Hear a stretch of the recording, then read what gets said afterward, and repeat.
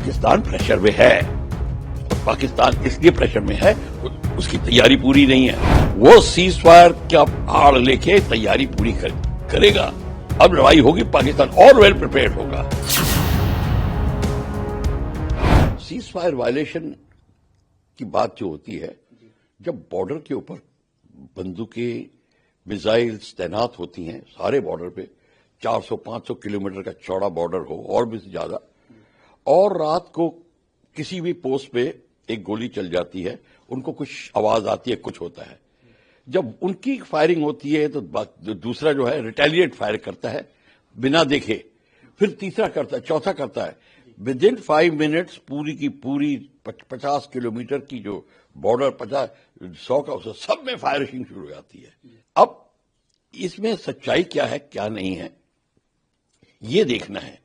पर अभी इस आपके क्वेश्चन का जो आंसर है बड़ा क्लियर है कि अब उसके बाद में हमारे डीजीएमओ ने क्या बोला उनको बाद में कि भैया आपने वायलेट कर दिया है कि नहीं किया। अब क्या जवाब है? ये बड़ा सिंपल सी चीज है। इसके ऊपर क्यों हम पूछताछ कर रहे हैं? अब दोबारा पूछा जा सकता है कि भाई वो सीज फायर खत्म हो गई है, आपने लड़ाई, ये क्वेश्चन पूछिए, ये नहीं कोई पूछता, इसलिए ये वायलेशन होती है। और दूसरा ये है, हाँ वो वायलेट कर रहे हैं और वायलेट करने के बाद झूठ बोल देंगे नहीं करा हमने, वो भी कर सकते हैं। तो आप हमारे को ये जो सवाल है, ये जो विडंबना है, इसका सोल्यूशन ये है, टेलीफोन उठाओ हॉटलाइन पे, पता करो इज इट वायलेटेड और नॉट, और सीज फायर इज ओवर और नॉट, बात खत्म। तो ये आपको पता होना चाहिए, हमारी गवर्नमेंट को पता होना चाहिए, किसी लगाना पड़ेगा उसको। लेकिन इस परिस्थिति में भारत का आगे क्या कदम हो सकता है, अगर डिफेंस एंगल से हम इसे समझना चाहें? अगर सीज फायर उल्लंघन हुआ है और ऐसे वक्त में हुआ है जब स्थितियां सेंसिटिव हैं, दोनों देश, जब सीज फायर वायलेट हुआ है, पहला स्टेप है चेक कि हुआ है कि नहीं। ये गलती तो नहीं, किसी की गलती हो सकती है, किसी कैप्टन साहब ने, मेजर साहब ने कहीं गलती कर दी हो, ठीक है, सुधर जाएगी। अगर पता एस्टैब्लिश हो जाता है कि सीज फायर वायलेट हो गया है, तो आप अपनी कार्रवाई जारी रखिए जहां आपने पहले रोका था। आपको पीओके लेना है, आप उसकी कार्रवाई पूरी करिए, और जो आपको मिसाइल बेसिस से थ्रेट आता है, आप उसका कार्यक्रम पूरा रखिए। कोई पूछने ताछने की जरूरत नहीं है। ये 62 का जमाना चला गया, कारगिल तक पूछ रहे थे, रो रहे थे, करे ना करे, एलओसी क्रॉस करो ना करो, ये सब जो है, एयरफोर्स लाओ ना लाओ, ये सारी की सारी बातें अब खत्म हो गई हैं। अब leadership should be very clear कि अगर हुई वायलेट तो एकदम पता करो। Local brigade commander, div commander सब बता सकते हैं कि साहब किसी की गलती है या नहीं, तो इसमें कोई प्रॉब्लम ही नहीं है। देखिए ऐसा है, बड़ी दुखद खबर है, इंस्पेक्टर साहब की है, सार्जेंट की भी है, और कई खबरें आई हैं। क्योंकि जब सीज फायर वायलेट हुआ है तो सीज फायर वायलेट का मतलब गोलियां चली हैं। जब गोलियां चली हैं, मोटर दाग हुए हैं, तो लोग हलाक हुए होंगे, शहीद हुए होंगे, वो मैं मानता हूं। कोई झोपड़ियां जली होंगी, गांव वाले भी मरे होंगे, ये हो सकता है। अब किसी ने गर्मियों में ड्रोन भी लॉन्च कर दिया होगा, जो ड्रोन कमांडर्स बैठे हैं उन्होंने भी लॉन्च कर दिया होगा। अब ये गलती से हुआ नहीं हुआ, ये हमें एस्टैब्लिश करना है, और इसको एस्टैब्लिश करने में कोई देर नहीं लगती। तो ये सवाल, आपका जो सवाल का जो जवाब है बिल्कुल ठीक है, और अगर एस्टैब्लिश हो जाता है तो आप अपनी कार्रवाई जारी रखिए जहां से आपने कल छोड़ी थी। जो आपके प्लान्स होंगे, वो प्लान्स हैं हमारे, और आपके सामने प्लान नहीं पड़ा। वो जो गवर्नमेंट ने लोकल कमांडर्स को ऑर्डर दिया, उसको जारी रखिए, हमें उन पर विश्वास है। देखिए ऐसा है, जो ऑपोजिशन होती है उसका काम है अपोज करना। हम सेकेंड वर्ल्ड वॉर से देखते आए हैं, ग्रेट ब्रिटेन में, अमेरिका में, हर जगह हुआ था, ये अभी हो रहा है।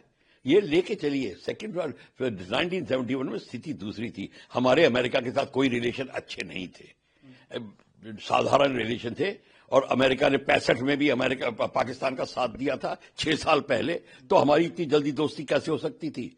उसने तो कहा था हम आपको स्क्वाड्रन देंगे, उसने तो सेबर्स वगैरह सारे सप्लाई किए थे, तो हमारा कदर डार्लिंग थोड़ी बन गया था अमेरिका 65 में।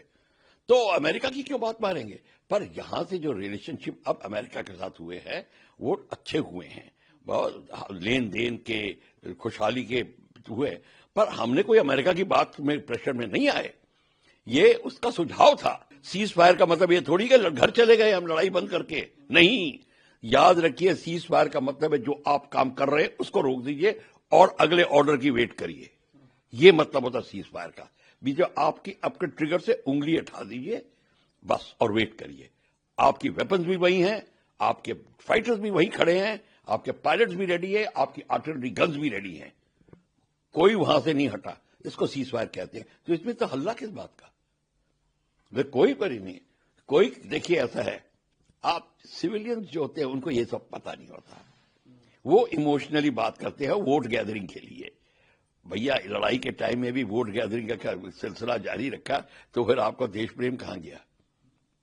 तो इसको भूल जाइए। ये इंदिरा गांधी का जो, मैं इंदिरा गांधी को अप्रिशिएट करता हूं कि गुस्सा भी हो गई सैम मानेकशॉ से और फिर भी मान ली बात सैम मानेकशॉ की और डिले कर दिया अटैक। वो तो पहले करना चाहती थी, मार्च से पहले, तो वो मान गई। हमारे लीडर्स भी मान गए हैं, जो हमारे जो पॉलिटिकल लीडरशिप है वो मानती है, आपस में बात करते हैं। ये जो असाधारण घटना है वो अमेरिका के दबाव में नहीं हुई है। अमेरिका का सुझाव था, उन्होंने पाकिस्तान को बोला, पाकिस्तान ने रिंग किया। ये थोड़ी अगर अमेरिका ने इंडिया को बोला कि तुम सीज फायर कर दो और हमने पाकिस्तान को कहा सीज फायर करो। उनके डीजीएमओ से फोन आया था, ये उसका था। पाकिस्तान प्रेशर में है और पाकिस्तान इसलिए प्रेशर में है, उसकी तैयारी पूरी नहीं है। वो सीज फायर का आड़ लेके तैयारी पूरी करेगा। अब लड़ाई होगी, पाकिस्तान और वेल प्रिपेयर्ड होगा। ये मतलब है इस सीज फायर का। पर हमने जो किया, हमने सिर्फ उस टाइम रोका अपने एक्शन को, अब निरंतर चालू हो गया है। तो सिर्फ कितने घंटे के लिए रोका था? 6 बजे, 4 बजे, 5 बजे खबर आई थी, है 8 बजे स्टार्ट हो गया, 3 घंटे के लिए तो हुई थी। तो उसमें कौन सी बढ़िया असाधारण घटना घट गई? फिर ड्रोन उसी टाइम चले, सब कुछ हुआ। तो ये इसमें कोई दम नहीं है।